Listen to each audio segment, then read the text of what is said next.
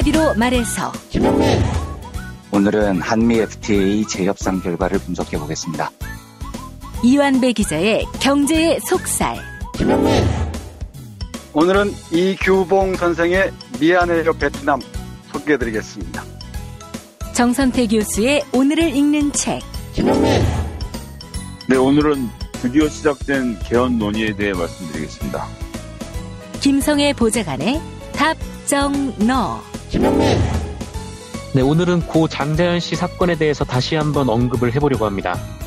정상근 기자의 오늘 미디어. 김용민 브리핑. 잠시 후 시작합니다.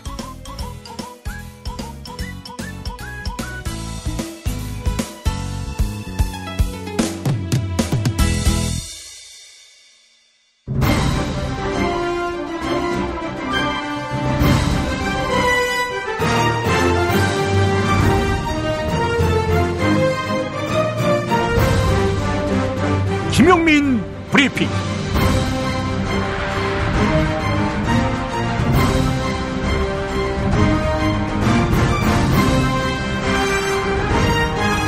(2018년 3월 27일) 화요일입니다. 한국 진보 언론 기자들이 가장 크게 착각하는 게 있습니다. 나는 공정하다. 따라서 이른바 빠들과는 다르다. 이겁니다. 이 인식 체계의 뿌리에는 나는 유식하다. 근데 왜 알아주지 않지? 이게 있습니다. 본인들은 부정하겠지요. 하지만 다른 사람들은 다 보입니다. 저는 이걸 엘리트 의식, 보상 심리라고 곧잘 말하고 있습니다만 지금 진보 언론 기자, 나아가 지식인 상당수가 이 착각 속에 살고 있습니다. 하지만 못나고 못 배우고 못 사는 사람들, 즉 민중을 무시하고서야 어떻게 진보 언론이라 말할 수 있겠습니까? 지난주 벙커원 교회에서 있었던 도올 김용옥 선생의 설교 일부분 잠깐 들어보시죠. 그토록 추웠는데, 그토록 꽁꽁 얼어붙었는데 어찌 그토록 새파란 생명력을 과시할 수 있는가? 그 동토에는 바로 함석헌이 말한 씨알이 있었습니다. 씨알은 생명의 근원이며 우주의 근원이며 모든 신비의 근원이며 곧 하나님의 근원입니다. 이 씨알은 안병무에게서 민중이 되었습니다. 민중은 이론이 아닙니다. 신학적 입장이 아닙니다. 개념적 구성이 아닙니다. 민중은 삶이며 생명이며 개념을 거부하는 자연이며 스스로를 구원할 수 있는 하나님입니다.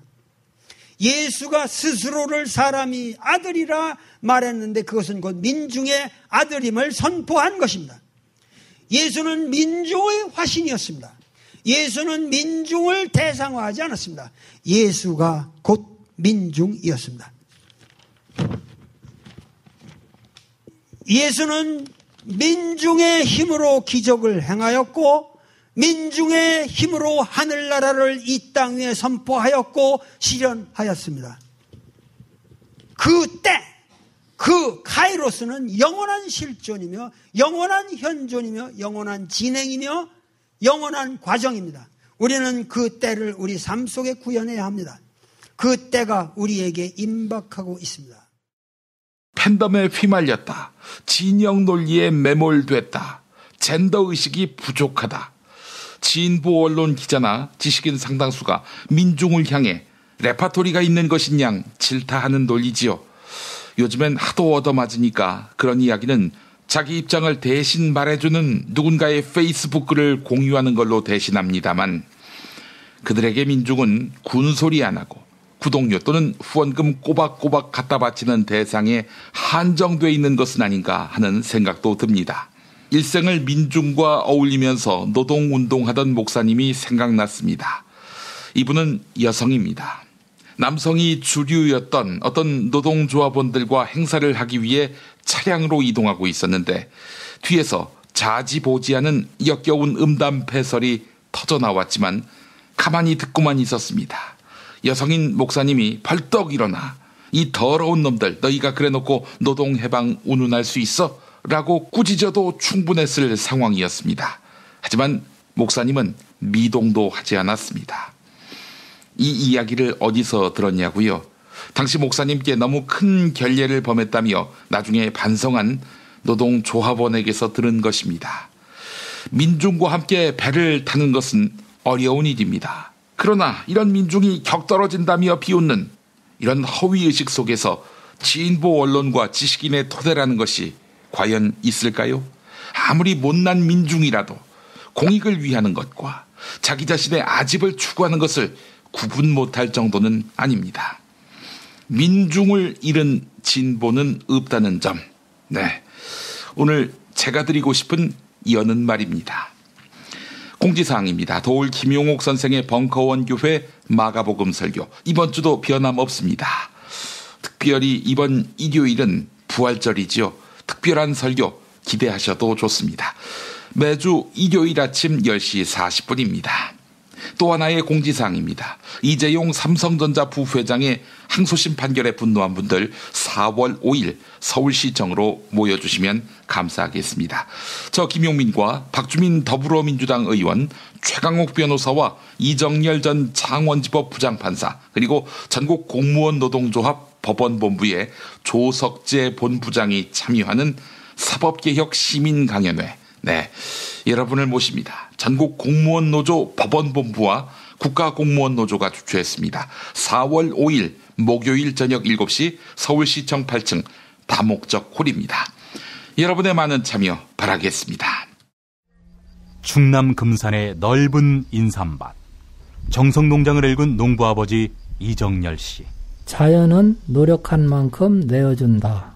그 자연의 마음을 알기에 정성농장을 더불어 일구는 아들 이성규 씨도 아버지에게 배운 것처럼 정직하고 또 성실하게.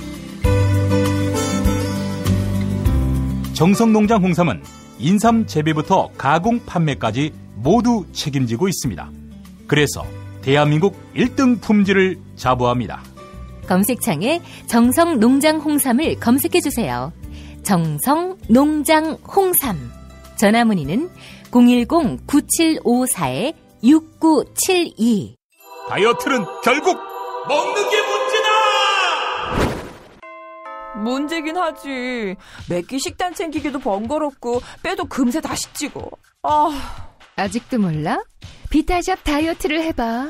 안 그래도 궁금했는데 어떻게 뺀 거야? 몇 개월 한 거야? 몸에는 안 나빠? 물어 뭐래. 비타샵 가봐.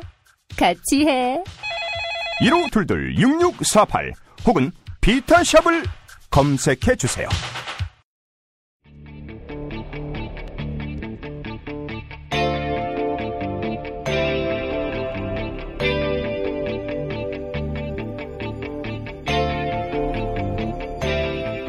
김용민의 뉴스 간장.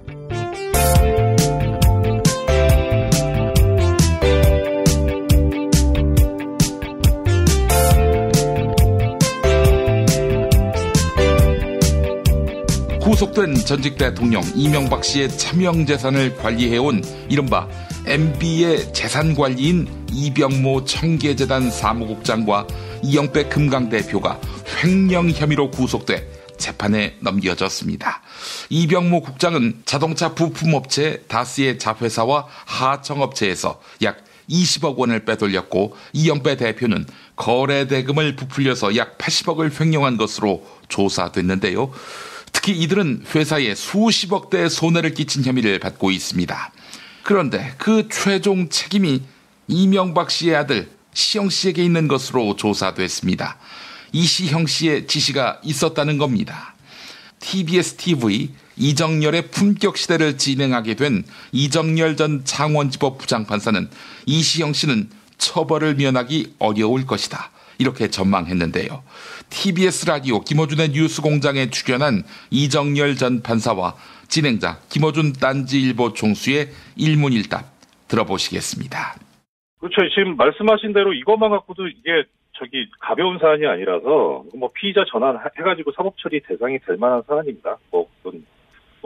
이론의 여지는 없고요. 다만 이제 문제는 이게 지금 혼자 한 게 아니고 공범이라서 이 공범으로 관여하는데 어디까지 관여했느냐가 사실 관건인데요. 문제는 이제 이명박 전 대통령이, 그러니까 아버지가 지시를 하는데 그냥 단지 수동적으로 따라서 움직였다라고 하면은 또 좀 얘기가 다른데, 네, 지금 나오고 있는 얘기는 2000년대 중반부터 이 다스 관계자들이 그 이시영 씨한테 이제 승계 작업을 하면서 돈을 몰아줬다라는 얘기가 나오고 있거든요. 그래서 이러면은 이제 2000년대 이후부터 그 전까지는 다스가 이명박 전 대통령의 실소유주였다면 그 이후는 이시영 씨가 아니냐 지금 이런 얘기가 있어서 그리고 이제 그 당시에는 이제 이명박 전 대통령한테 뭐 이런 일감 몰아주고 이런 것까지 일일이 보고할 그런 사안이 아니지 않느냐. 그러니까 이시영 씨한테만 보고하면 되는 거 아니냐 해서 아마 이 이후의 실소유주는 이시영 씨가 아닌가 이렇게 보고 있는 것 같아요. 뭐 이렇게 되면은 이제 단순 공범이 아니라 중요 임무 종사자가 되기 때문에 처벌을 피하기는 좀 어렵지 않을까 싶습니다.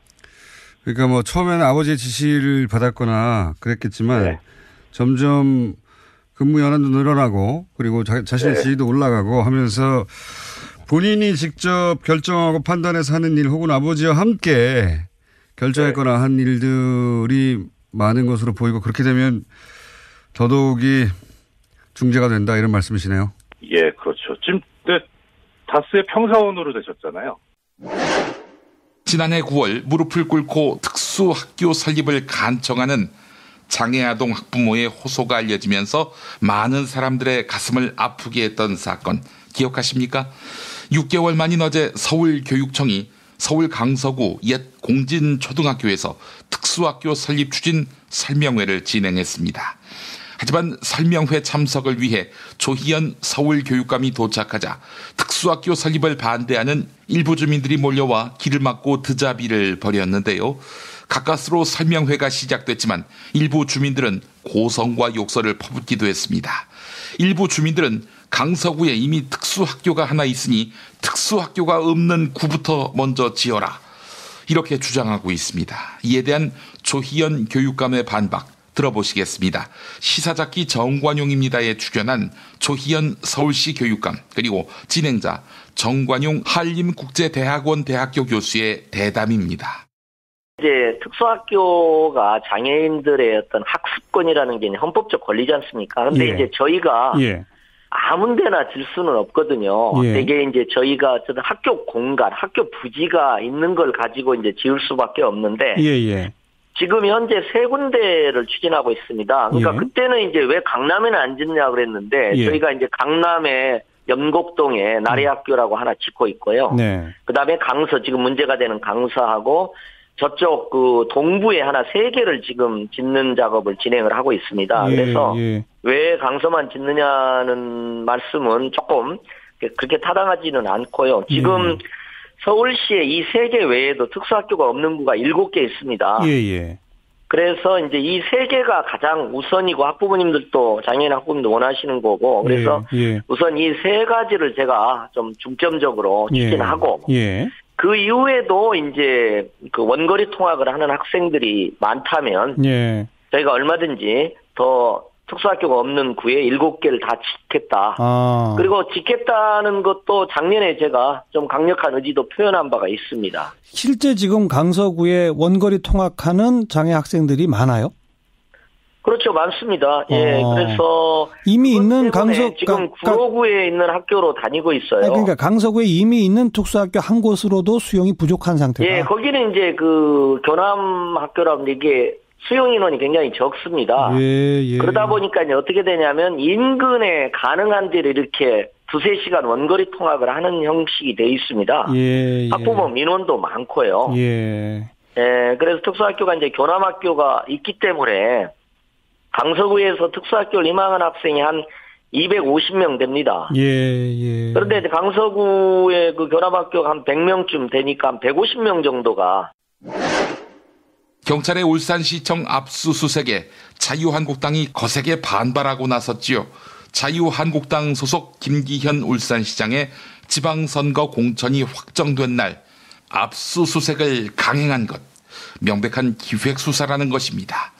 특히 자유한국당은 황운하 울산경찰청장이 현재 더불어민주당 울산시장 예비후보인 송철호 변호사와 2차례의 만남을 가졌다. 그런데 송철호 변호사의 과거 후원 회장이 조국 민정수석이다. 이렇게 이른바 삼각 커넥션을 주장하며 황운하 청장을 고발하겠다고 엄포를 놓았는데요. 네, 참고로 김용민이 후원 회장도 조국 수석이었습니다. 네, 많은 분들의 후원 회장 역할을 해왔던 분이기도 하지요. 자, 그런데 경찰 출신 자유한국당 의원들은 침묵하고 있습니다. 더불어민주당 소속으로 경찰 출신인 표창원 의원은 그렇게 말하면 대한민국은 연결 안 되는 사람이 없다, 이렇게 비꼬았습니다. YTN 라디오 뉴스 정면 승부에 출연한 표창원 의원과 진행자 노동일 경희대학교 로스쿨 교수의 일문일답 들어보시겠습니다. 영장 발부 시점은 수사를 하는 경찰은 전혀 조절을 할 수가 없습니다. 네네. 네, 우선 신청만 할 수 있고 검찰이 그걸 반려할 수도 있고요. 네네. 보강 수사 지시를 할 수도 있고 법원에 언제 청구를 할지는 경찰은 모르는 거거든요. 그리고 검찰 영장을 청구한다 하더라도 법원 역시 심사를 따로 하고요. 네. 기각을 할 수도 있고 또는 뭐 보완 요청을 할 수도 있고 시간이 얼마 걸릴지도 모르는 거거든요. 네. 그러면 결과적으로 공천 발표가 나는 날 법원에서 영장 발부를 한다. 그걸 과연 경찰, 검찰, 법원이 모두 다 모의 합의하에 정하지 않는 한 이건 의도적으로 이뤄질 수 없는 거라는 거는 법조 출신인 홍준표 대표나 또는 자유한국당의 의원분들은 다 알고 계시는 거죠. 예. 또 한 가지는 이제 커넥션 의혹인 것 같습니다. 이제 황운하 네. 울산경찰청장이 현재 이제 더불어민주당의 울산시장 예비 후보인 송철호 변호사와 이제 두 차례 만남을 가졌다. 그런데 또 공교로운지요. 송철호 변호사 후원회장이 과거에 조국 현재 민정수석이다. 그래서 이런 삼각 커넥션, 이건 어떻게 보십니까? 뭐 그렇게 얘기하다 보면 대한민국에서는 사실 연결 안 되는 사람이 없죠. 네. 그리고 뭐 그런 문제가 정말 있으면 예. 황운하 울산경찰청장은 지난번 울산 고래고기 사건으로 검찰하고 대립각을 세웠던 사람입니다. 네, 많이 갈등이 있었죠, 검찰하고. 네, 갈등이 심했고 검찰이 상당히 불편해하는 사람이죠. 그렇다면 아마 검찰에서 이 수사의 의도성이라든지 또는 절차상의 흠결 같은 것들을 상당히 높게 봤을 테고 문제제기를 했을 것이거든요. 예.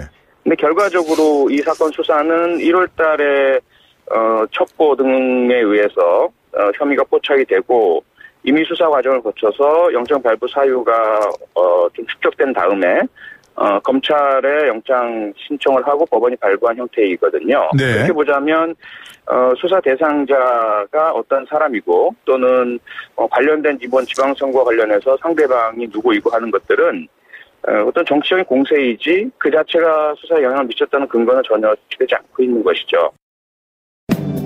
진실은 반드시 밝혀진다고. 무엇이 진실입니까? 대통령이라고 하는 지위를 진실을 밝히지 않는 데에 역이용해서. 김보영 아나운서가 함께합니다.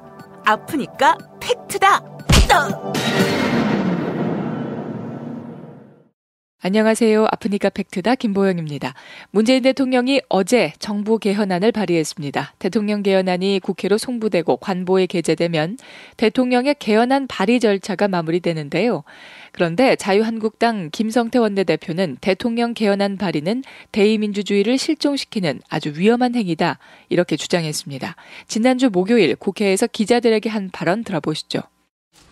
대통령 개헌안이 발의되면은 사실상 이 개헌의 중심은 국회입니다. 대통령 개헌 발의는 어떻게 보면은 대의민주주의를 실종시키는 아주 위험한 행위예요. 그걸 국회 정당 대표가 앉아서 그걸 받는다는 것은 이거는 민주주의의 후퇴입니다. 하지만 KBS는 헌법 조항과 김성태 원내대표의 과거 발언 내용을 살펴보면 김 원내대표의 주장은 설득력을 얻기 힘들어 보인다, 이렇게 꼬집었습니다. 김성태 원내대표를 포함해 자유한국당과 바른미래당은 정부 개헌안을 관제 개헌이라고 규정하고 비판을 반복하고 있는데요. 먼저 헌법 128조 1항은 헌법 개정 제안은 대통령과 국회의원이 할 수 있다, 이렇게 규정하고 있습니다. 다만 대통령은 국무회의 심의를 거쳐야 하고 헌법 개정안의 국회 의결은 제적의원 3분의 2 이상의 찬성을 얻어야 합니다. 국회가 헌법 개정안을 의결하면 30일 안으로 국민투표에 붙여 국회의원 선거권자 과반수의 투표와 투표자 과반수의 찬성을 얻어야 합니다. 김성태 원내대표의 말대로라면 헌법이 대의민주주의를 훼손하는 조항을 적시하고 있는 것입니다. 헌법 개정안 처리 과정에서 국회 의결과 국민투표를 거치게 되어 있는 만큼 대통령의 개헌안 발의가 대의민주주의를 실종시키는 행위라고 보기는 어렵습니다. 특히 김성태 원내대표는 박근혜 정권 시절 정부주도 개헌을 주장하기도 했습니다. 2016년 9월 국회 본회의 대정부 질문에 참석한 당시 김성태 새누리당 의원은 정부가 주도해 조속히 개헌을 추진해야 한다. 이렇게 황교안 총리에게 촉구한 바 있습니다. KBS는 정부주도 개헌을 주장했던 김성태 원내대표가 정권이 바뀐 후 태도를 바꿨다는 비판이 나온다. 이렇게 전하고 있네요. 지금까지 아프니까 팩트다였습니다. 제임스 티스푼과 함께 프리미엄 차 전문몰로 새롭게 단장한 전창걸몰에서 전하는 봄 소식.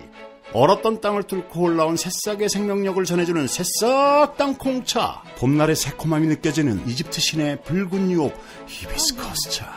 부드럽고 따뜻한 봄바람과 같은 중국의 명차 보이차. 맑고 편안함을 선사하는 레몬 밤차. 겨울에 무거워진 나의 몸을 가볍게 해주는 레몬 마트차까지 즐거운 소식 많은 대한민국의 봄. 새싹 땅콩차와 제임스 티스푼의 크로스오버 티파티에 함께하시죠. 전창걸몰닷컴 전화 070-8635-1288 070-8635-1288. 운전자를 위한 꿀팁 7,000원 운전자 보험 카페. 알고 계세요? 교통사고가 나면 형사합의금, 벌금, 변호사 비용 이거 자동차 보험에서는 보장 못해요. 운전자 상해까지도 책임져드리는 7,000원 운전자 보험 카페. 버스, 택시, 트럭 등 영업용 차량 운전자를 위한 12,500원 운전자 보험 카페도 있습니다. 실손, 부모님 건강, 자녀 보험도 안내해드립니다. 02849-9730 연중 무휴라 언제든 02849-9730.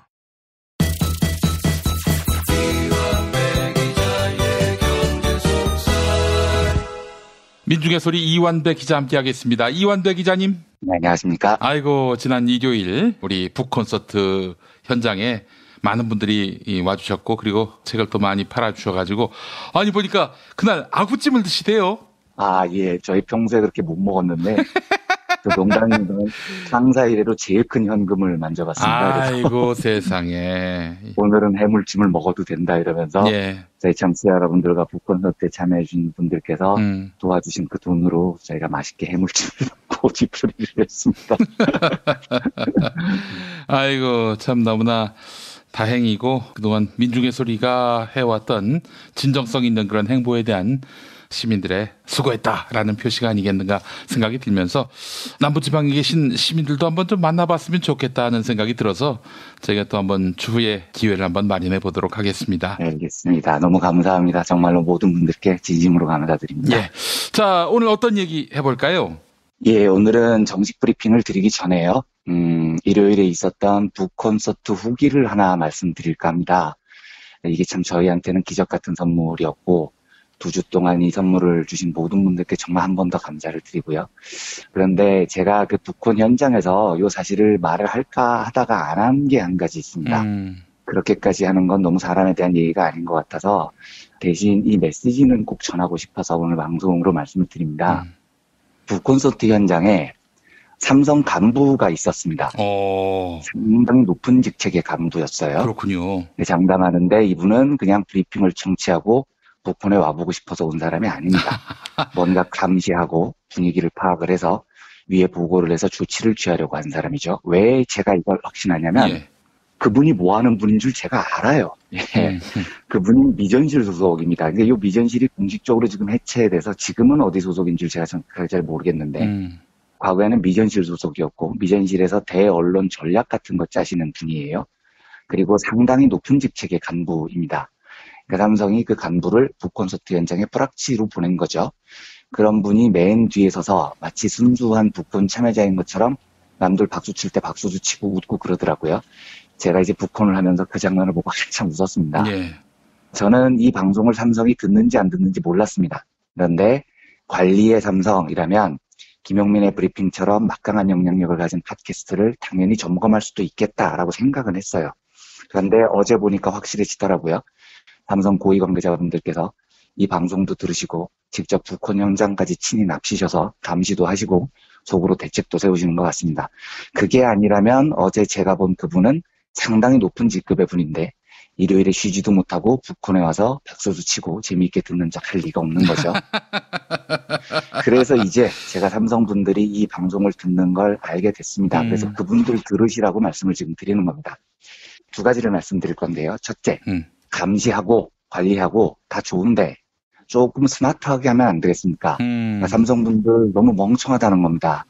과거에는 제가 삼성 미전실은 좀 악마 같지만 똑똑하다 이렇게 생각을 한 적도 있었는데 요즘 보면 상상 외로 멍청합니다. 아니 북한을 감시하러 사람을 보내면 제가 모르는 사람을 보내야 될 거 아니에요. 근데 제가 너무 잘 아는 사람을 보내면 어떡합니까? 어떻게 몰라보라는 거예요, 저보고. 아, 그분이 그 언론에 많이 등장하는 분입니까? 아닙니다. 아닌데 어쨌든 제가 아는 분이에요. 그리고 그분 외모가 눈에 안 띄기 참 쉽지 않은 외모입니다. 얼굴도 되게 크세요.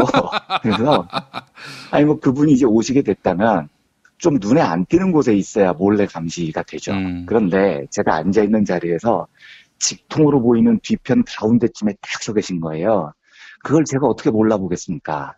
그분 정도가 오셨다면 아마 혼자 오신 게 아닐 겁니다. 그분 부하 직원들도 몇 명 같이 왔겠죠. 그래서 말씀드리는데 다음에 오실 때는요. 제가 얼굴 아는 그 간부분 직접 오지 마세요. 그리고 제가 모르는 사람만 보내세요. 뭐가 그렇게 궁금해서 제가 너무나 잘 아는 그 얼굴로 그 북한 자리에 서 계시냐고요. 둘째로 삼성분들 들으시니까 제가 경고 하나 하겠습니다. 당신들이 세상을 지배했을 때가 있었죠. 그리고 그 시절 당신들은 사람들을 관리하는 방식으로 주요 인사들에게 돈을 매기는 방식으로 관리를 해왔습니다. 떡값 검사, 언론인 촌지, 장충기 문자 이게 다 그런 거죠. 그런데요. 니들이 정말로 이걸 모르는 것 같아서 제가 친절하게 가르쳐주는 겁니다. 그런 관리 방식은 쌍팔년도 시대에 나타나는 겁니다. 이제는 그래봐야 소용없어요. 무슨 이야기냐면 니들이 지금 언론에 광고비를 풀면서 언론을 통제하면 과거에는 국민들이 속습니다. 진실을 알 길이 없었으니까요. 니들이 과거처럼 검사를 몇 명 관리하면 이건희, 이병철은 감옥에 가지 않았습니다. 그런데요. 지금 이재용이 구속되고 이제 풀려났지만 다시 대법원에서 반드시 이재용을 구속하자는 목소리가 높아지는 건 몇몇 사람들이 스피커를 크게 해서 생긴 현상이 아니라는 겁니다. 삼성 니들이 이걸 알아야 됩니다. 이건 민중들이 만들어낸 거대한 역사의 변화 같은 겁니다. 부엌 콘서트의 임직원들을 정복의 형사처럼 파견해서 그걸 듣고 있는 니들 모습을 보니까 니들이 진짜 이걸 모르고 있는 것 같아서 제가 이야기를 하는 겁니다. 그래서 그 몇 명을 어떻게든 돈으로 구워 삶아봐도 이재용을 구속하라라는 시민들의 외침은 멈추지 않아요. 예를 들어서요. 과거에는 삼성 너희들이 언론을 통제하면 사람들은 진실을 몰랐죠. 그런데 지금은요. 삼성 니들이 언론을 통제하면 사람들은 진실을 말해주는 언론을 찾아냅니다. 없으면요. 스스로 진실을 찾아요. 니들이 지금 100여 개 언론사를 다 돈으로 관리하고 있죠. 그건 가능해요. 그건 가능할지 몰라도 5,700만 민중들을 니들이 어떻게 다 관리를 하는 겁니까? 너희들이 언론을 통제하면 사람들은 그 통제된 언론을 받아들이는 게 아니고 오히려 관음 나이트클럽 같은 데 와서 그걸 듣습니다. 정상근 기자의 이야기를 일부러 찾아 들으러 와요. 그래서 진실이 확산되는 걸 니들이 과거 방식으로 못 막습니다.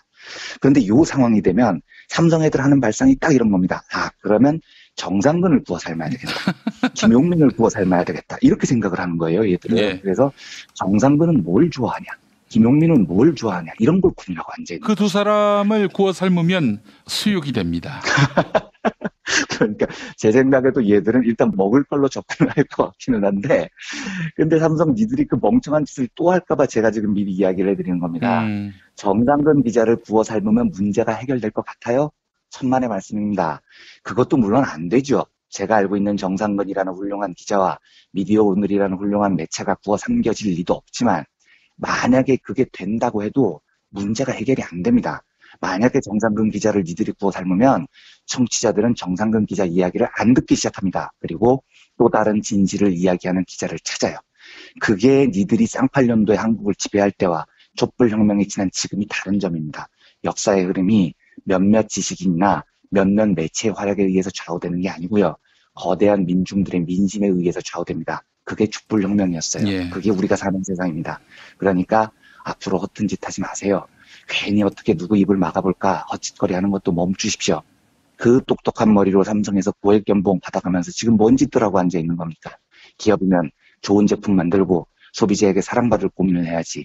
삼성 고위 간부씩이나 되는 사람들이 부콘서트 자리에 와서 우리가 어떻게 CP나 듣고 베끼고 전략 짜고 앉아있어서야 되겠습니까? 정신들 차리시라고 한마디 드린 겁니다. 이 정도로 부콘서트 후기를 마치고요. 예. 이제 오늘 주제로 돌아오겠습니다. 그 전에 우리 삼성 관계자분들이 어떻게 알고 북콘서트 현장에 오셨는지 뭐 알 길은 없습니다만 아무래도 김용민 브리핑 듣고 오신 것 같다는 느낌은 듭니다. 제가 이재용 부회장이라면 말이죠. 지금 민중의 소리가 낸 한국재벌 흑역사 상하권을 다 사서 이 책을 읽는 사람이 없도록 또 재판을 찍으면 또 다 사서 그렇게 한 10번만 하면은 아마 이정무 실장이 지쳐서 주문하는 게 지쳐가지고 더 이상 책을 내지 않을 겁니다. 난생 처음으로 삼성을 응원합니다. 화이팅! 네, 잘하십시오. 그리고 부산에서 한번 콘서트를 하려고 하니까 그 장소 대관 좀 해줘요, 삼성이. 예. 네. 그리고 그때 오실 때는 제발 제가 모르는 분 좀 보내십시오. 제가 아는 분 좀 보내지 마세요. 예. 아유, 또 삼성이 그렇게 또 존나게 후원해주면은, 저희가 또 인지상정인데 말이죠. 씹어도 좀 덜 씹지 않겠습니까? 예. 삼성의 각별한 배려와 또 선처를 바라겠습니다. 네, 삼성 화이팅입니다. 자, 오늘 이야기 들어가 보겠습니다. 네, 오늘 주제로 다시 돌아오겠습니다. 한미 FTA 재협상이 사실상 마무리됐어요. 어제 김현종 통상교섭본부장이 서울청사에서 기자회견을 가졌죠. 발표된 내용을 요약하면 이렇습니다. 그 난리를 쳤던 철강 분야 관세, 이게 우리나라 면제 대상이 됐습니다. 그러니까 이제 거의 보수 언론의 보도들이 개그 콘서트가 돼버린 상황입니다. 처음에는 왜 우리나라만 12개 나라에 포함이 돼서 50%대의 관세 폭탄을 맞느냐, 문재인 정부가 북한이랑 친하게 지내서 미국이 우리한테 화났다 이러다가 트럼프가 실제로 한국 등 12개 나라의 관세를 매긴 게 아니고 전 세계에다 관세를 동등하게 매겨버렸죠. 이래서 조자 동맹이 뻘쭘해졌습니다. 그런데 한미 FTA 재협상을 한 결과 아예 한국은 철강 분야 관세를 안 매기는 면제국이 돼버렸습니다. 그것도 세계에서 제일 먼저 면제가 됐어요. 물론 이제 다만 관세는 면제됐지만 철강 수출 물량은 최근 3년도 평균 한 70%로 줄이도록 제한이 됐는데 이건 뭐 아무것도 아닙니다. 다른 나라들은 다 25%의 관세를 받는데 우리는 그게 사라졌으니까 훨씬 이익이죠. 게다가 지금 미국이 철강 수입을 엄청나게 제한하면서 중국산 저가 철강 때문에 지금 몇 년 동안 철강 가격이 너무 떨어졌거든요. 그런데 미국이 수입 제한으로 결국 철강 가격이 오르게 될 겁니다. 그러면 70%라는 물량 제한이 있어도 금전적으로는 오히려 이익을 낼 가능성이 높습니다. 문재인 정부가 빨갱이 정부여서 미국한테 두들겨 맞았다라고 주장했던 조자 동맹 어떻게 할 겁니까? 이제 코미디가 돼버린 겁니다. 예. 사실 저도 이 결과는 좀 놀라웠습니다. 개인적으로 저는 철강 분야에서 우리가 관세를 면제받기 어려울 거라고 봤어요. 그리고 면제가 안 돼도 아무 상관없다는 쪽이었습니다. 그런데 면제까지 받아왔습니다. 실로 훌륭한 협상력을 이번에 우리 협상본부가 발휘를 했어요. 과거에 김용민 PD님께서 저한테 한미 FTA 재협상 초창기에 김현종 본부장에 대해서 점수를 얼마나 주겠느냐라고 물어보신 적이 있는데 저는 그때 지금까지는 만점이었다 이렇게 말씀을 드렸어요. 그런데 이번 결과를 보면 만점에다가 보너스 점수 있으면 더 얹어주고 싶습니다. 조금 더 재협상 내용을 살펴보면요. 미국이 재협상 초창기부터 강력하게 밀어붙였던 게 농축산물 추가 개방이었습니다. 그런데 재협상 결과 한국은 농축산물 분야에서 아무것도 더 내주지 않았어요. 굉장히 훌륭합니다.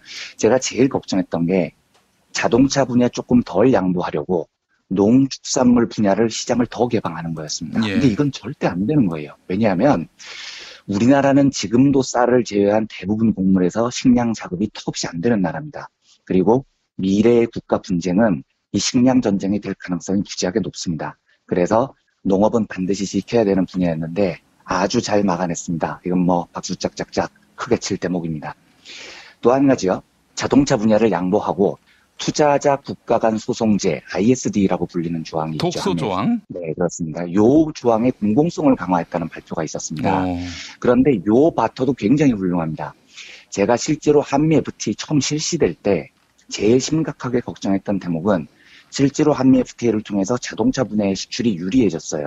그런데 자동차 조금 더 팔겠다고 국가의 공공성을 훼손한다는 게 너무 위험해 보였던 겁니다.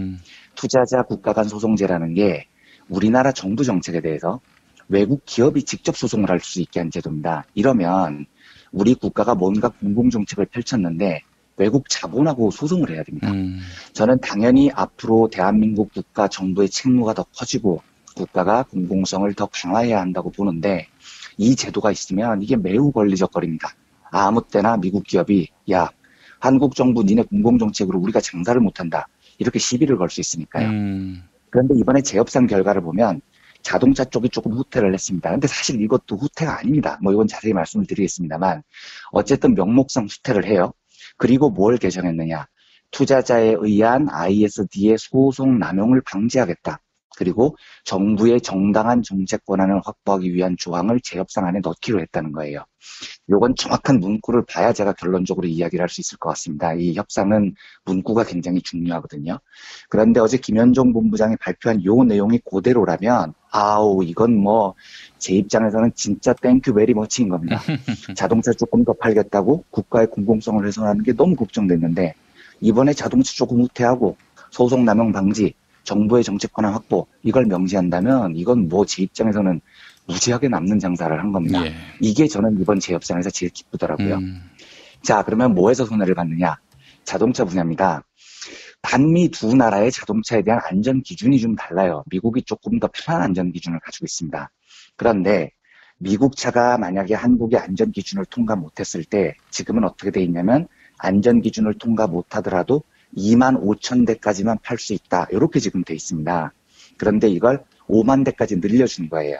그러니까 한국 안전 기준을 통과 못한 미국 차도 이제는 1년에 5만 대까지 팔 수 있습니다. 요게 양보했다는 거죠. 예. 근데 이게 별로 양보가 아닌 게요. 매년 미국산 자동차가 우리나라에서 판매되는 전체 판매량 자체가 25,000대가 안 됩니다. 이게 무슨 말이냐면 미국 입장에서는 야 25,000대라는 규제만 없었으면 우리가 25,000대보다 훨씬 더 팔 수 있었는데 니네 안전기준 때문에 우리가 못 팔고 있잖아. 그러니까 풀어줘. 뭐 이런 주장을 했다는 건데요. 예, 예. 지금 애초부터 미국산 자동차가 한국에 1년에 25,000대 물량을 다 못 채우고 있어요. 이걸 5만 대로 늘리든 7만 대로 늘리든 상관이 없습니다. 애초에 규제가 있을 때조차도 25,000대를 다 못 팔았습니다. 예. 그러니까 이건 명목상 후퇴인데 실질적으로는 손해가 아닌 겁니다. 또 한 가지 양보했다는 분야가 뭐냐면 픽업 트럭. 화물 자동차죠. 이걸 우리나라가 미국에 수출할 때 원래는 2021년부터 완전히 관세를 철폐하기로 했습니다. 그런데 이 유예 기간을 20년 더 늘려서 2040년에야 이 관세를 철폐하게 됐어요. 그러니까 우리나라 입장에서는 미국으로 수출하는 픽업 트럭의 경우에 2041년까지 상당히 오랜 기간 동안 관세를 맡게 됩니다. 이게 이제 양보라는 거죠. 그런데 이것도 사실상 양보가 아닌 게 지금까지 미국에 픽업 트럭을 수출한 적이 한 대도 없습니다. 한 대도 못 팔았어요, 지금까지요. 그런데 지금 이 관세를 2041년까지 연기한들 뭔 손해를 보겠습니까? 판 게 없는데요. 근데 제가 정말 웃기다고 생각하는 건 언론의 보도 태도입니다. 12개 나라 50% 넘는 철강 관세 맞았다. 이때는 야 문재인 정부가 미국에 밑보여서 우리만 보복을 당했다. 이 지랄을 했는데 이제 이렇게 훌륭하게 협상을 마쳤더니 뭔가 정부를 더 씹고 싶은데 씹을 게 없는 거죠. 협상을 너무 잘해왔으니까요. 그러니까 보도가 어떻게 나오냐면 이건 제가 방송하는 시간 기준으로 인터넷에 올라온 보도입니다. 실제로 이제 아침에 나온 조간도 제가 진짜 보고 싶은데 조중동의 보도도 진짜 보고 싶습니다만 인터넷판 기준으로 노컷뉴스 제목이 이래요. 철강 관세 폭탄 피했지만 70% 쿼터 파장 이렇게 돼 있습니다. 제가 보다가 뭔 파장? 아니 관세 폭탄을 피한 게 제일 대단한 건데 세계적으로 처음 피한 건데 70% 쿼터는 아무것도 아니거든요. 그런데 무슨 파장? 니들이 파장을 만들어내고 싶으니까 그런 제목이 나오는 거지 라는 생각이 들었습니다. 그래서 이 기사를 읽어보니까 이렇게 돼 있어요. 우리나라는 미국의 고율 관세 부과 조치에서 최종 면제됐지만 쿼터제 할당에 묵혀 다소간의 대미 수출 타격은 불가피하게 됐다. 이렇게 적습니다. 그러니까 진짜 애 많이 쓰고 있는 겁니다. 다소간의 대미 수출 타격이 불가피하대요.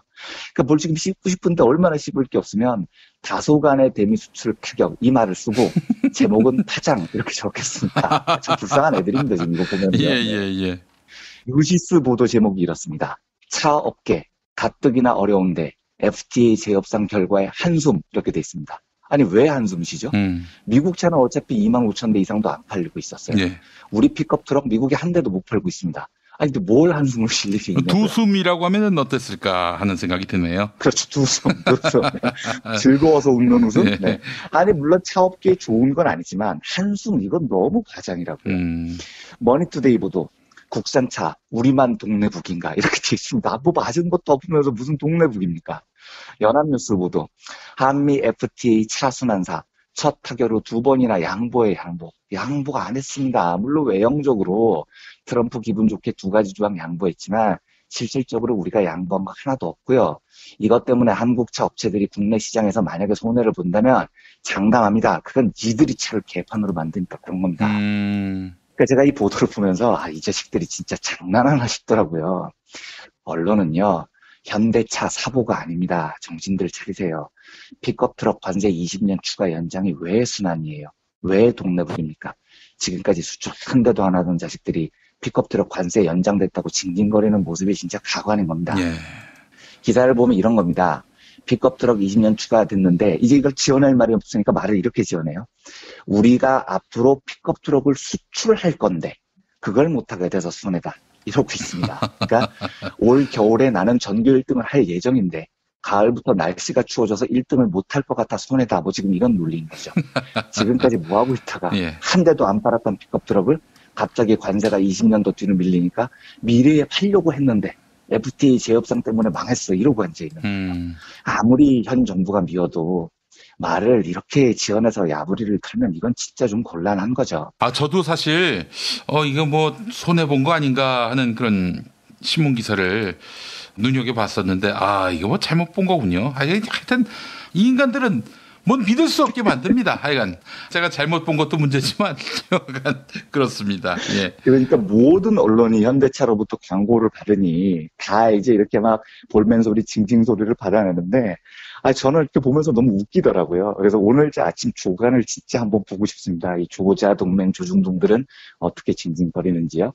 하지만 진실은 100점 만점에 100점 보너스 점수 제도가 있다면 점수를 더 주고 싶은 아주 훌륭한 협상이었습니다. 특히 미국 측이 굉장히 강한 요구였던 농축산물 시장의 추가 개방을 막아낸 것, 그리고 투자자 국가 간 소송제에서 공공성 강화를 명시한 것, 요거는 제가 이제 협상 문구를 실제로 좀 봐야 되겠습니다만 이 2가지는 정말 칭찬할 만합니다.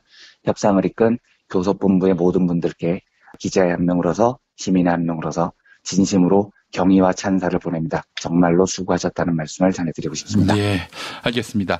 자, 이한배 기자님 수고하셨고요. 우리 민중의 소리 참 어려운 시대를 보내고 있는데 우리 더 많은 분들이 사랑해 주셨으면 좋겠습니다. 한국재벌 흑역사 상학원. 이 책을 안 사고도 인간연하고 다니는 사람들은 문제가 많습니다. 그리고 우리 이재용 부회장님은요. 10세 어치의 책을 몽땅 사야 인간이 된다 이런 얘기가 있어요. 네, 삼성 화이팅입니다. 예, 뭐 마늘 뭐 이런 것만 먹을 게 아니라 이 10세 어치의 그 책을 사야 삼성의 이재용 부회장이 사람이 된다 이런 말씀을 다시 한번 드리는 바입니다. 예, 자 우리 이완배 기자님 수고하셨고요. 내일 또 뵙겠습니다. 네, 감사합니다. 부모님의 생신 또는 기념일에 아주 특별한 선물을 준비하고 계십니까? 부모님의 소중한 일생을 되돌아볼 수 있는 기억의 책을 선물해보세요. 부모님의 어린 시절부터 젊은 시절 그리고 노년에 이르기까지 그 누구보다 치열하게 살아온 삶의 여정을 한눈에 모아볼 수 있도록 최고 100장까지 들어가는 사진첩과 더불어 기자들이 직접 인터뷰를 통해 작성하는 생애사까지 더해져 오직 부모님만을 주인공으로 하는 세상에 다시 없을 고품격 기억의 책을 10년 노하우로 특별 제작해드립니다. 200페이지 분량 12권에 2부까지 함께 드리는 구성으로 440만 원에 모십니다. 한평생 가족을 위해, 자녀를 위해 헌신해 오신 부모님. 아주 오래 기억에 남을 뜻깊은 선물. 지금 신청해 보시죠. 평범한 사람들의 아주 특별한 기록. 기억의 책 만민보. 문의 전화 1877-1419 1877-1419 민중의 소리.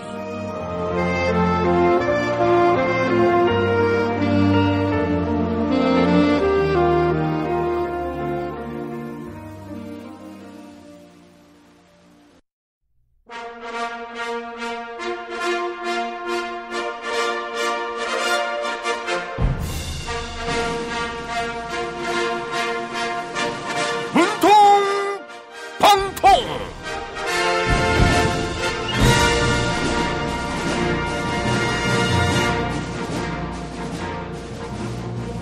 대통령 문재인입니다. 저는 국민들과의 약속을 지키기 위해 국민 개헌안을 준비했습니다.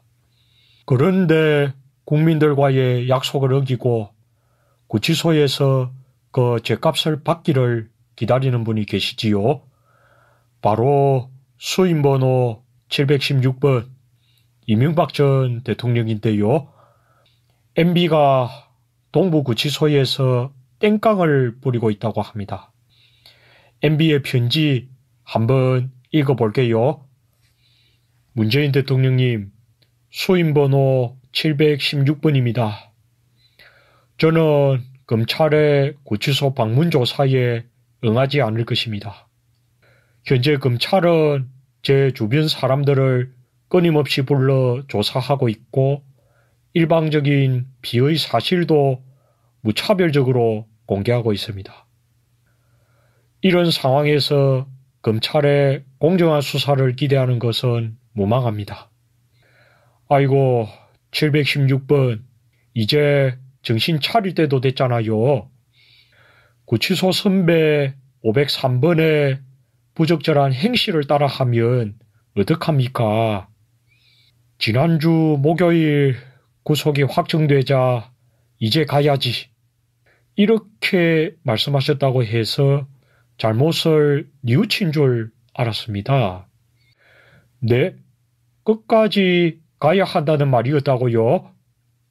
716번으로부터 돈 받아먹은 언론인들이 은혜를 갚을 때가 됐다고요?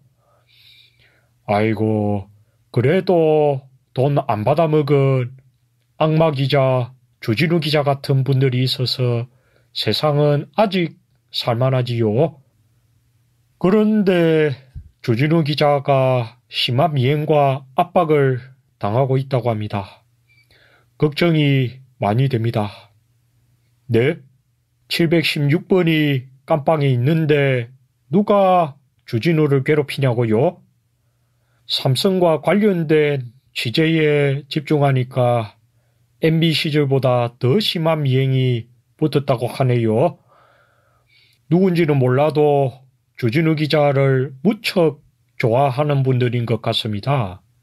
주진우 기자를 미행하는 분들에게 가수 주현미 씨가 부른 짝사랑 띄워드릴게요. 마주치는 눈빛이 무엇을 말하는지 난 아직 몰라. 난 정말 몰라. 가슴만 두근두근 아 사랑인가봐. 해질 무렵이면 창가에 앉아 나는요 어느샌가 그대 모습 그려요. 사랑한다고 좋아한다고 말해주세요. 눈물만큼 고운 별이 될래요 그대 가슴에.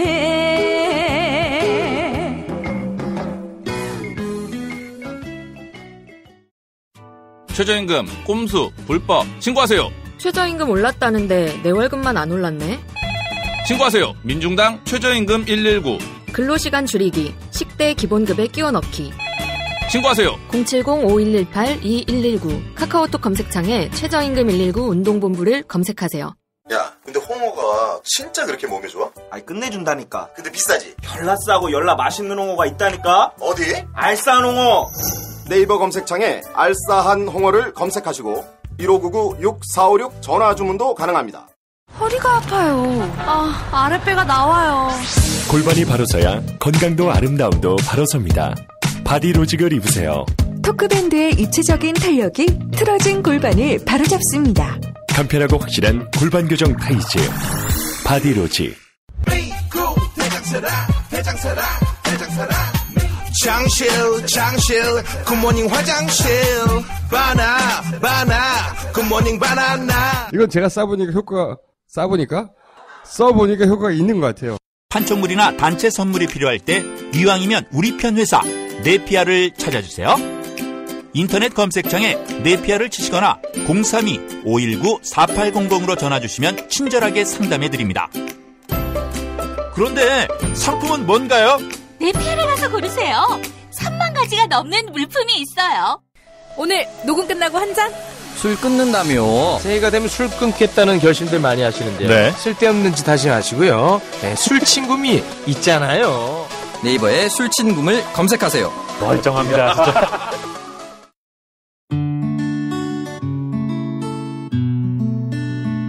당신과 내가 좋은 나라에서 그 정의로운 나라 그곳에 산다면 난 그냥 좋아서 웃기만 할 거예요.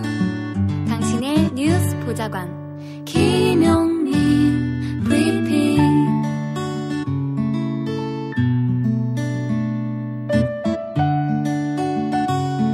대한민국 뉴스 브리핑의 선두주자 김용민 브리핑. 계속해서 김보영 아나운서가 오늘의 날씨를 전해드립니다.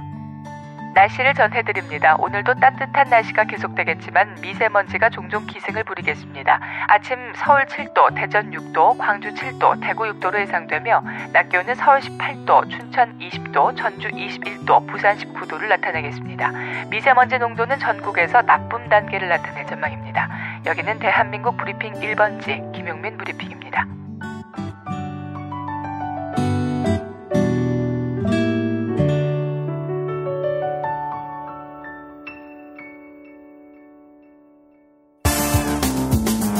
오늘을 읽는 책, 문학평론가인 국민대학교 국문학과 정선태 교수와 함께합니다. 국민대학교 한국어문학부 국어국문전공 정선태 교수님과 함께하겠습니다. 교수님. 네, 안녕하세요. 네, 교수님. 아이고, 어제 방송 하루 쉬었습니다. 너무너무 좋았어요. 이거 별 말씀 다 하십니다. 네, 앞으로도 이완배 기자 콘서트 계속 하시죠. 별 말씀을요. 이완배 기자 콘서트를 한번 했으니까 다음은 우리 교수님 콘서트를 하고 이완배 기자 코너를 하루 킬하겠습니다. 싫어요. 우리 벙커원에 갔었는데 네, 도월 선생 강론이라고 하나요? 설교라고 하나요? 정말 감동 깊게 들었어요. 감명 깊게 듣고 이제 허겁지겁 그 옆집에서 만둣국 한 그릇 먹고 이연배 기자하고 김 PD하고 얘기하는 걸 들으려고 했는데 너무너무 사람들이 많은 거예요. 게다가 두 40대, 젊은 40대가 아웅다웅하면서 사이좋게 얘기하길래 쓸쓸하게 돌아섰습니다. 교수님 뭐 그런 말씀을 하세요. 떡 한 덩이 들고 그냥 쓸쓸하게 돌아섰어요. 죄송합니다. 교수님 잘 모셔야 되는데 그냥 아니에요. 계속 그렇게 하세요. 교수님 죄송합니다. 잘못했습니다. 머리 받겠습니다. 예. 근데 진심으로 우리 이완배 기자 축하드리고요. 저도 책 2권 사서 왔어요. 예. 도걸 선생 기독교 관련 책도 다 사들고 와서 이제 이번 주 다 읽어야 됩니다. 예. 왜 이렇게 내가 마음이 뿌듯하고 좋은지 모르겠어요. 그 정도 상황일지도 잘 몰랐는데, 우리 브리핑 힘이 대단하구나. 이렇게 한 시민 운동의 중심에 우리 인터넷 언론이 있었구나. 이런 생각을 했어요. 예. 사실 우리 교수님 중간에 한번 무대로 모시려고 했더니 그때 안 계셔가지고 그랬는데 정선태 교수님 모시겠습니다 했더니 환호성 이게 터져 나왔어요. 설마. 정말이에요. 그래서 차기 서울시장 후보로 강력하게 대두되지 않겠는가 하는 그런 느낌마저 들었는데. 자꾸 왜 서울시장 팔아요? 처음에 내가 다 듣고 왔단 말이에요. 그러셨어요. 기자를 서울시장 후보라고 얘기하는 거. 그건 농담이었습니다.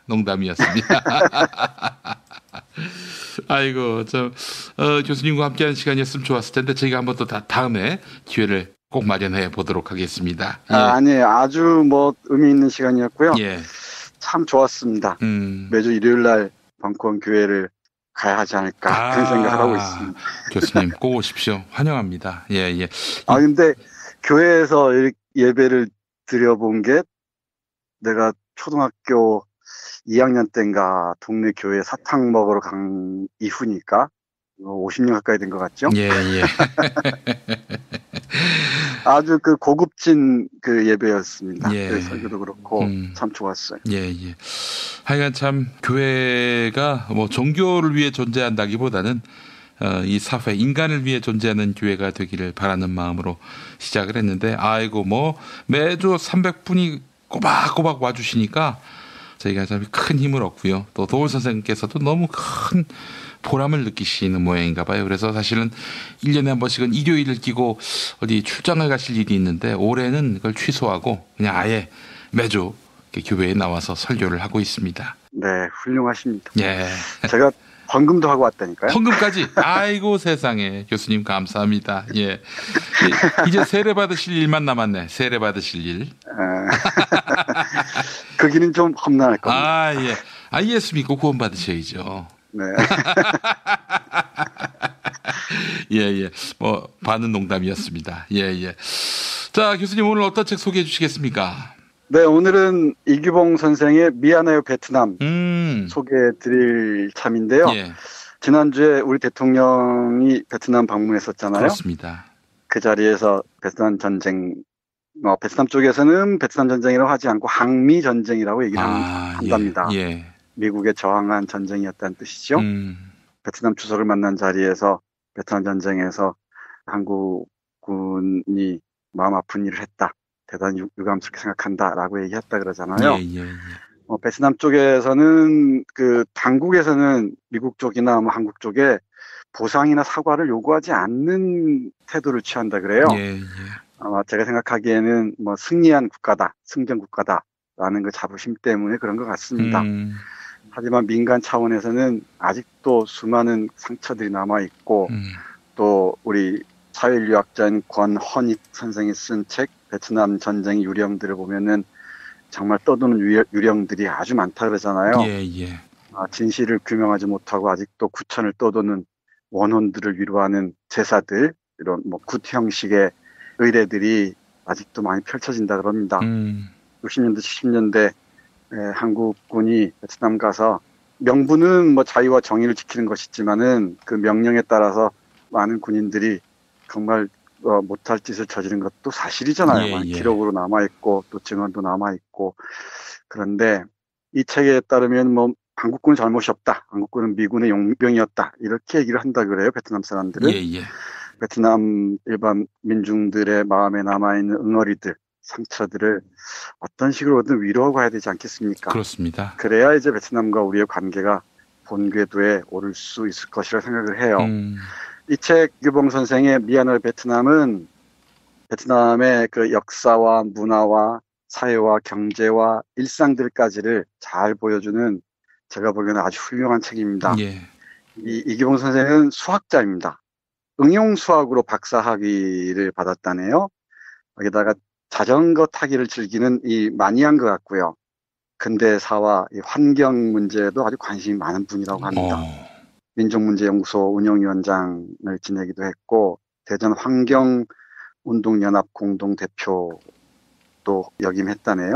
수학자가? 네, 수학자가 아주 다양한 방면에서 시민운동에 참여하고 있는 것 같습니다. 그런데 수학자인데도 글을 정말 잘 쓰시는 것 같습니다. 베트남을 자전거로 쭉 여행하면서 저 위쪽 그 하노이부터 호치민까지 1800km를 자전거를 타고 쭉 여행하면서 베트남 구석구석을 돌아봅니다. 양민 학살의 아픔이 남아있는 곳들을 찾아다녀요. 그곳에서 이제 그 상처들을 하나하나 어루만지면서 우리가 어떤 일을 했는가 돌이켜봅니다. 그러면서 4.3 사건이라고 불리는 일이 있었죠. 민간인 학살 문제, 그리고 한국전쟁 때 보도연맹을 비롯한 민간인 학살 문제, 그리고 광주항쟁에서 죽어간 수많은 시민들, 그 큰 틀 안에서 아우르고 있습니다. 대단히 훌륭한 책이라는 생각에 책을 골랐습니다. 몇 권 중에서. 조금 아프긴 하지만 이 책에 실려있는 객관적인 자료들을 여러분들께 소개해 드릴까 합니다. 베트남에는 전쟁 이후에 1975년에 전쟁이 끝났잖아요. 곳곳에 증오비가 세워졌다 그럽니다. 비아깜뚜라고 하는 그 증오비, 이 증오비가 이제 미군과 특히 이제 한국군 이런 사람들 증오하는 양민들 학살한 군대를 증오하는 그 비석이 세워지고요. 예, 예. 그리고 1986년에 베트남이 개혁 개방 정책을 취하거든요. 예, 예. 그 이후에는 위령비라는 이름으로 비석을 세웁니다. 예. 비석에 보면은 양민학살 사건이 일어난 그 연도와 날짜 그리고 희생자 이름과 나이가 적혀 있다고 합니다. 예. 그러면서 그 뒤에 또 그 사연들이 쭉 기록돼 있다고 해요. 예컨대 하나 먼저 보면은 예. 빈화사에 세워진 그 증오비가 있는데 거기에는 이렇게 적혀 있습니다. 좀 아프시더라도 들어주시기 바랍니다. 예. 하늘에 가 닿을 죄악 만대를 기억하리라. 한국군들은 이 작은 땅에 첫 발을 내딛자마자 참혹하고 고통스러운 일들을 저질렀다. 수천 명의 양민을 학살하고 가옥과 무덤과 마을들을 깨끗이 불태웠다. 1966년 12월 5일 정확히 새벽 5시 쭈라이 지역에 주둔하고 있던 남조선 청룡여단 1개 대대가 이곳으로 행군을 해왔다. 그들은 36명을 증빈 폭탄 구덩이에 넣고 쏘아 죽였다. 다음 날인 12월 6일 그들은 계속해서 꺼우한 푹 마을로 밀고 들어가 273명의 양민을 모아놓고 각종 무기로 학살했다. 모두가 참혹한 모습으로 죽었고 겨우 14명만이 살아남았다. 미 제국주의와 남조선 군대가 저지른 죄악을 우리는 영원토록 뼛속 깊이 새기고 인민들의 마음을 진동토록 할 것이다.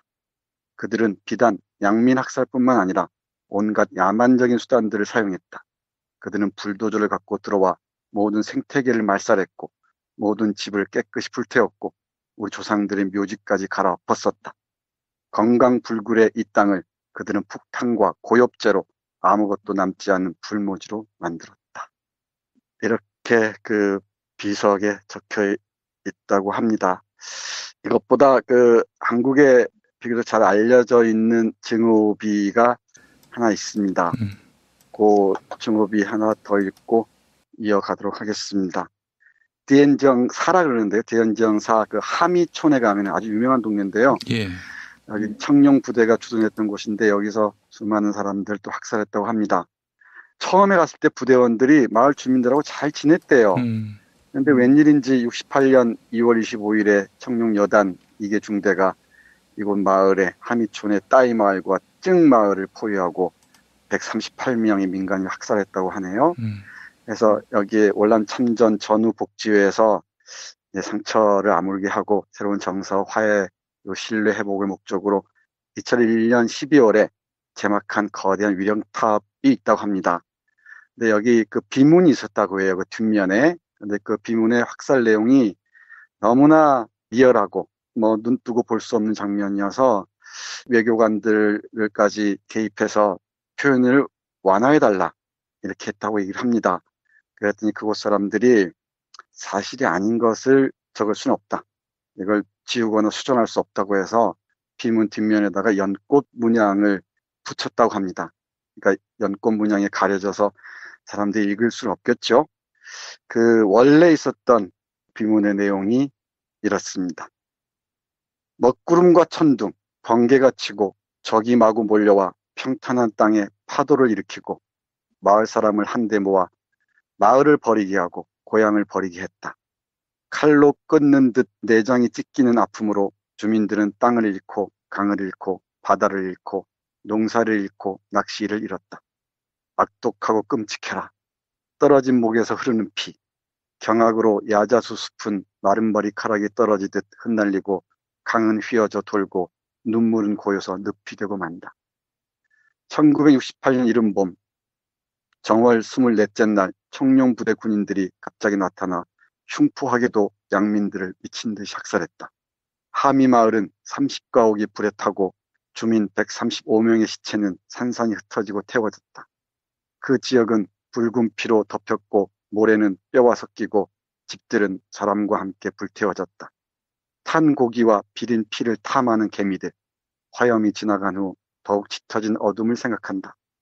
늙은 어머니와 병든 아버지가 툇마루에 머리를 떨구고 쓰러져 있는 것보다 더 슬픈 것이 있겠는가.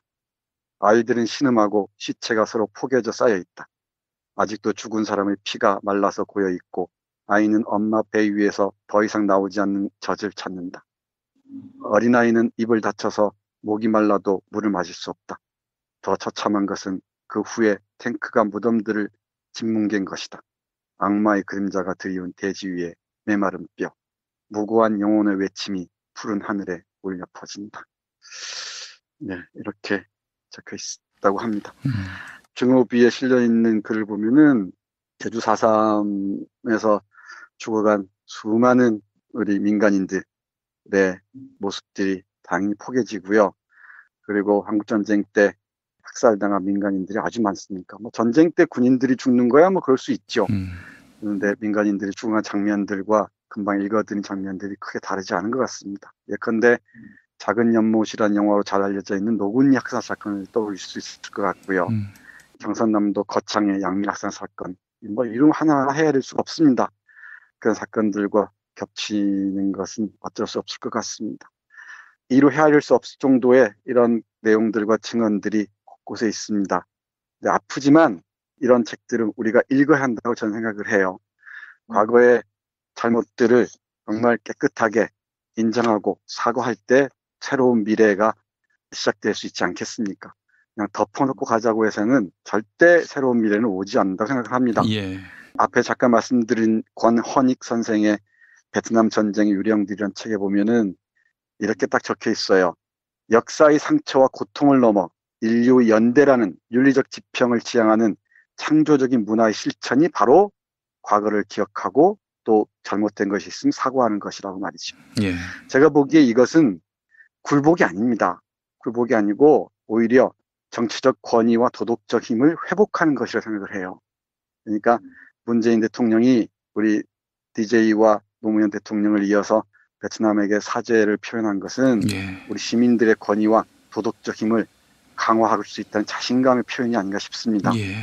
뭐 단순히 베트남이 뭐 몇 년 후면은 2대 교육국이 되느니 뭐니 이런 얘기를 하잖아요. 2020년이면은 1,000억 달러의 교역량에 이를 것이다라고 얘기하는데 그건 경제적으로 환산할 수 없는 우리 그 아시아에서 새로운 연대를 꿈꾸는 어떤 도덕적인 권위를 이런 하나의 사과의 뜻을 통해서 회복해 나갈 수 있지 않을까 그런 생각을 합니다. 많은 사람들이 얘기하듯이 이 책에 적혀 있는 대로 말씀드리면 베트남 전쟁에서 미국은 총알을 제공했고 일본은 물건을 팔았으며 한국은 피를 팔았다고 한대요. 근데 그 피를 판 대가가 무엇이었는지 생각해 보았으면 좋겠고요.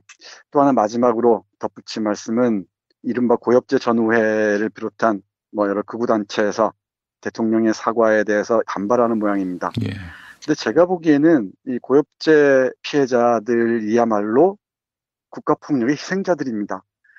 정말 그 계급적 맥락에서 보자면은 몇몇 별들이나 이런 뭐 고위 장교들 빼고 나면은 대부분이 가난한 사람들의 자식들 아니었겠습니까? 예, 맞습니다. 그러니까 돈 벌겠다고 베트남까지 가서 명령에 따라서 이런 일을 저질렀을 텐데, 그리고 그 고엽제라는 독극물에 노출됐을 텐데, 그 사람들이 국가를 대상으로 항의하고 우리가 정말 못할 짓을 했다. 우리도 인간으로서 우리 인간성 회복하고 싶다고 주장하는 게 맞지. 여기에서 극우 세력들의 부추김에 놀아나서 자신들의 젊은 청춘의 기억들을 그런 식으로 모독해서는 안 된다고 저는 생각을 해요. 그래서 그런 아픈 사람들, 아픈 분들, 저희 작은아버지가 베트남 참전 병사입니다. 그분들의 상처를 계속 벌어짚어서 그 사람들 더욱 깊은 고통으로 몰아넣는 짓들은 정말 하지 않았으면 좋겠습니다. 그래서 아픈 책이지만 우리가 베트남과의 그 미래 지향적인 방향을 위해서라도 우리 과거가 어떤 짓을 했는지 정확하게 얘기해야 될 것 같습니다. 이런 도덕적 정당성을 확보할 수 있을 때라야 우리는 일본에 대해서도 정당하게 주장하고 그리고 진정한 사과를 요구할 수 있을 거라고 생각합니다. 그게 어떤 설득력을 얻을 수 있을 거라고 저는 생각을 해요. 그래서 몇 차례 걸쳐서 베트남의 소설들도 제가 몇 번 소개해드린 적이 있습니다. 그러니까 이 전쟁의 슬픔이나 시인 강을 건너다도 말씀드린 적이 있고요. 그리고 베트남 전쟁을 소재로 한 한국 소설들도 몇 편 내가 지나가는 김에 말씀드렸던 것 같습니다. 황석영의 무기의 그늘이나 박영준의 머나먼 송바강이나 그리고 안정효의 하얀 전쟁이나 이 전쟁에서 베트남 인민들뿐만 아니고 한국인들까지 한국 군인으로 참전했던 사람들까지 얼마나 많은 고통을 겪어야 했는지 아울러서 생각해 봤으면 좋겠습니다. 너무 아프네요. 아프고. 아니, 어떻게 살상할 대상이 없어서. 참, 뭐, 길게 얘기하기가 조금 자꾸 목이 메이는데, 이 미얀마 베트남은 앞에서 언급했듯이 이런 단순한 과거 상처뿐만 아니고 베트남의 역사, 그리고 문화, 지리, 경제, 정치, 일상까지 우리가 몰랐던 부분들을 아주 쉬운 언어로 아주 명료하게 쭉 기술해 놨습니다. 읽으시면은 단순한 여행지로서 베트남이 아니라 역사적 아픔을 간직하고 또 새로운 세상을 향해 나아간 베트남의 역동성이랄까 동력까지도 이해할 수 있을 것 같습니다. 단순한 경제적 파트너로서뿐만이 아니고 우리하고 함께 해나갈 하나의 아시아의 정치 공동체 구성원으로서 생각했으면 어떨까 간절한 마음을 담아서 이 책 소개해드렸습니다. 예, 알겠습니다. 자, 정선태 교수님 오늘 말씀 잘 들었습니다. 네, 고맙습니다.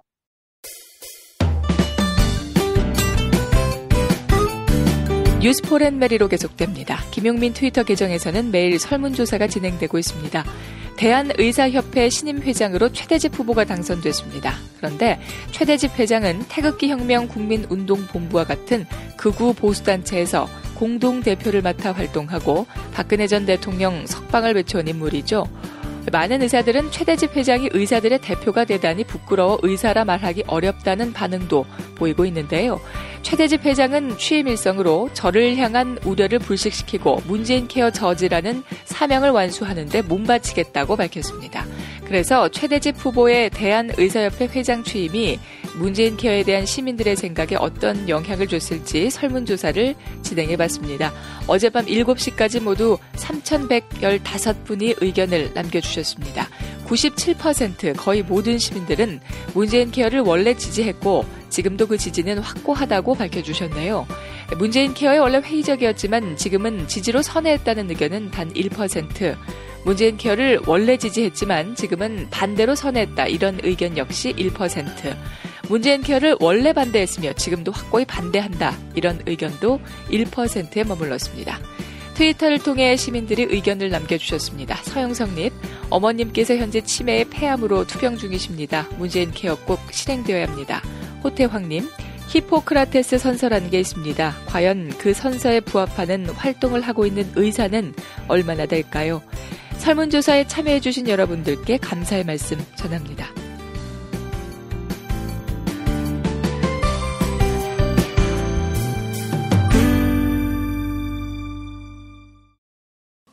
PPL 타임 김무성입니다.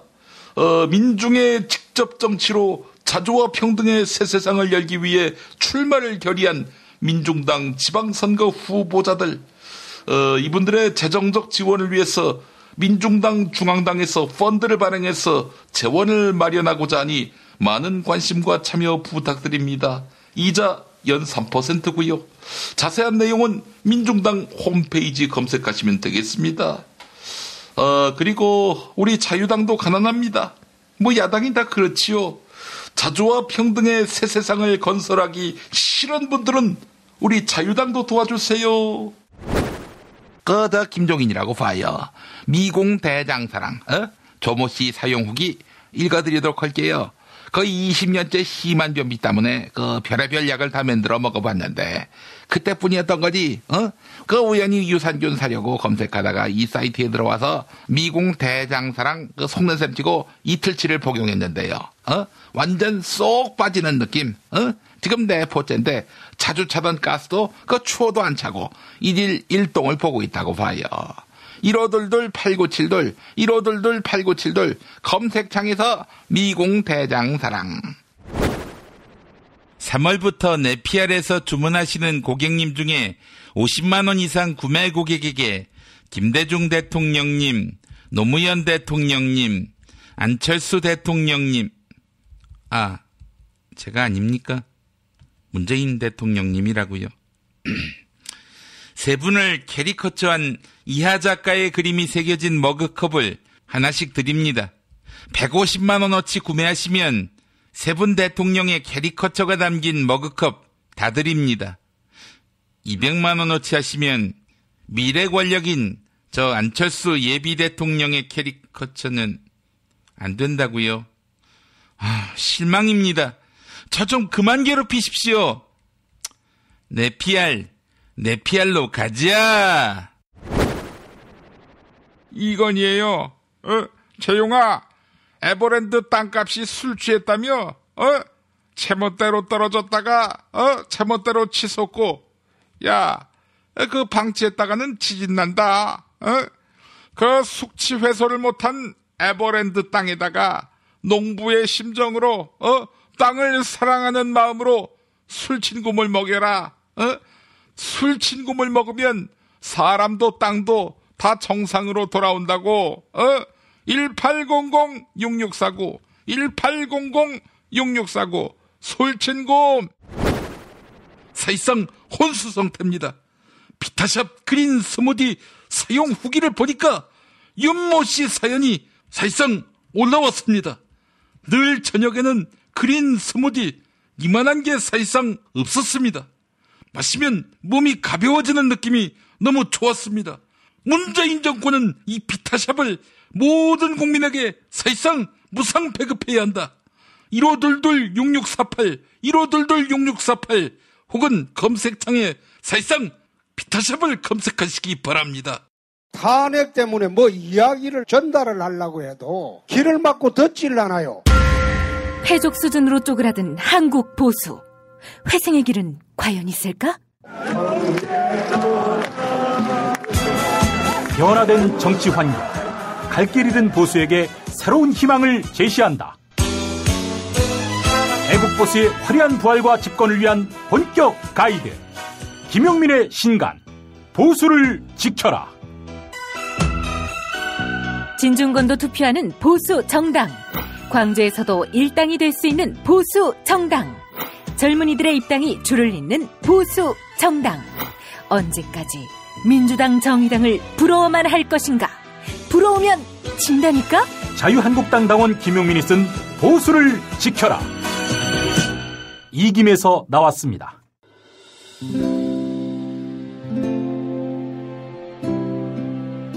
우리가 목사님은 우리 남북 관계에 있어서도 큰 정기를 마련해 주셨습니다.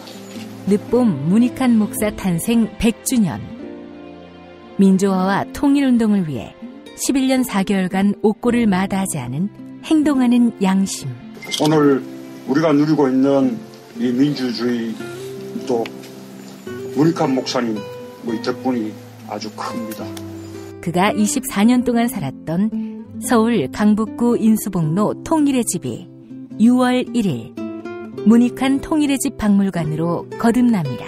사람들이 이렇게 항상 북적북적 이렇게 했던 공간이라 아버지한테만 아니라 우리 모두들한테 굉장히 큰 의미가 있는 통일의 역사를 기억하며 통일의 길을 모색하는 문익환 통일의 집 박물관 기념사업 추진위원으로 함께해 주시겠습니까? 이건 단지 어떤 유가족들의 유산이 아니라 우리 시대가 가지고 있는 유산이기 때문에 자세한 안내는 포털 사이트에서 문익환 통일의 집을 입력해 주세요.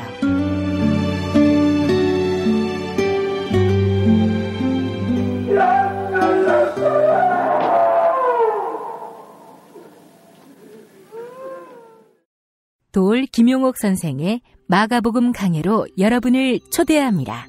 이 마가복음이라는 게 대단히 중요합니다. 왜냐하면 복음서의 원형이기 때문에. 원형. 매주 일요일 아침 11시 서울 서대문구 충정로 20 서울 지하철 충정로역 9번 출구 앞에 있는 벙커원에서 도울과 만나세요. 율법을 믿으시겠다고? 신약이 율법의 완성이라고? 얼어빠질 그따위 기독교 내 입 앞에서 제발 입도 뻥끗 터지지 말아요. 그런 소리는. 벙커원 교회 일요일 예배를 겸하는 이 자리. 도울이 진리와 생명이었던 예수를 원형 그대로 복원합니다. 그 십자가를 과감하게 걸머지고 돌아가신 예수를 말하지 아니하고 믿으면 너는 금방 축복받을 일만 남았다. 이게 한국 목사들 99%의 거짓말 설교예요. 도울의 마가복음 설교는 따로 녹화 녹음되지 않으며 현장에서만 만나실 수 있습니다. 도올 선생의 마가복음 설교는 2월 4일부터 진행됩니다. 김용민 브리핑 뉴스기 능력평가 정답 맞히신 분들 소개합니다. 어제 문제는 1976년 유신헌법 철폐를 주장하는 3.1 민주구국선언문이 어디에서 낭독됐는지 맞히는 거였죠. 정답 명동성당인데요. 정답자 MB님, 다음 정답자 허허그양반님. 요즘 꼴통들을 보면 정말 짜증납니다. 클로징 사연 당첨자는 안젤권리님입니다. 게시판에 이메일 적어주시면 별을 따다 구운 과자에서 만든 강릉 두부도넛 보내드립니다. 어제는 천안함이 침몰한 지 8년 되는 날입니다. 참여연대가 성명을 냈습니다. 그 일부 소개하겠습니다. 8년이 지났지만 천안함 침몰 원인에 대한 의문은 아직 해소되지 않았다. 정부는 북한의 최신 소형 잠수정이 중어뢰를 쏴서 천안함을 침몰시켰다고 공식 발표한 바 있다. 그러나 정부가 제시한 증거나 논리는 민간 전문가와 언론, 참여연대와 같은 시민단체가 제기한 반론에 의해 과학적으로 부정되거나 논란에 휩싸였고 국제사회에서도 인정받지 못했다. 그리고 지난 8년 동안 과학적인 검증이나 합리적인 재조사보다는 정부 발표를 믿느냐 믿지 않느냐는 이분법만이 작동해왔다. 한 달 전 송영무 국방부 장관은 국회 국방위원회 회의에서 천안함 폭침은 북한의 소행이고 천안함을 폭침시킨 것은 북한의 6호급 소형 잠수정이다. 이렇게 답했지만 합참에서 바로 연어급 잠수정으로 정정했다. 천안함을 폭침시켰다는 북한의 연어급 잠수정 문제는 정부의 말 바꾸기가 계속되어 온 쟁점으로 검증되지 않은 주장 중 하나다. 2010년 당시 정부는 기자회견에서 천안함을 폭침한 것은 배수량이 130톤인 연어급 잠수정이라고 특정했지만 이후 유엔에 제출한 보고서에는 북한이 70에서 80톤급 잠수정을 보유하고 있다고 주장했다. 뿐만 아니라 잠수정의 폭등, 기본적인 재원부터 분류를 위한 영문명, 잠수정이 기지에서 사라진 시기까지 기초적인 사실관계에 대해 계속 말을 바꿔 정부 주장의 신빙성을 떨어뜨렸다. 잠수정의 크기와 배수량에 따라 해당 잠수정이 중어뢰를 발사할 수 있는 기종인지, 북한이 소유한 기종인지 등 중요한 사실관계가 아예 달라지기 때문에 이는 매우 심각한 문제다. 천안함을 침몰시켰다는 130톤급 최신 잠수정의 실체는 아직 확인되지 않은 것이다. 이 외에도 우측 스크루 변형의 원인, 천안함과 어뢰에서 발견된 흰색 흡착 물질의 종류, 어뢰 폭발에도 깨지지 않은 형광 등 결정적 증거였던 일본 어뢰의 부실함 등 천안함 재조사가 필요한 이유는 많다. 이러한 쟁점에 대한 공개적이고 과학적인 검증은 논란을 잠재울 가장 확실한 방법이기도 하다. 하지만 정부는 검증은 피한 채 합리적 의문을 제기하는 이들의 입을 막는 데만 매달려 왔다. 초기부터 침몰 시간, 장소, 원인 등을 시시각각 다르게 발표해 많은 논란을 일으킨 정부는 의혹을 제기하는 개인과 단체를 강압으로 침묵시키려 했다. 폭침을 믿지 않으면 빨갱이라는 논리 속에 자유로운 토론은 불가능했다. 따라서 지금이라도 천안함 침몰 원인을 객관적으로 규명하고 검증하는 것은 우리 사회에 매우 중요한 문제다. 안타깝게 희생된 분들과 유가족에 대한 국가의 도리이기도 하다. 천안함 침몰 8년 재조사를 다시 한번 촉구한다. 네, 여기까지입니다. 김용민 브리핑 2부에서 다시 오겠습니다.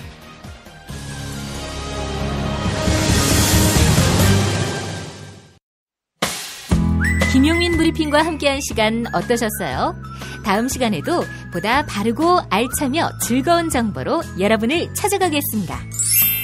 팟캐스트 포털 팟빵에서 다운로드하기, 구독하기, 별점 주기, 댓글 달기로 응원해주세요. 잊지 마세요. 다운로드하기, 구독하기, 별점 주기, 댓글 달기.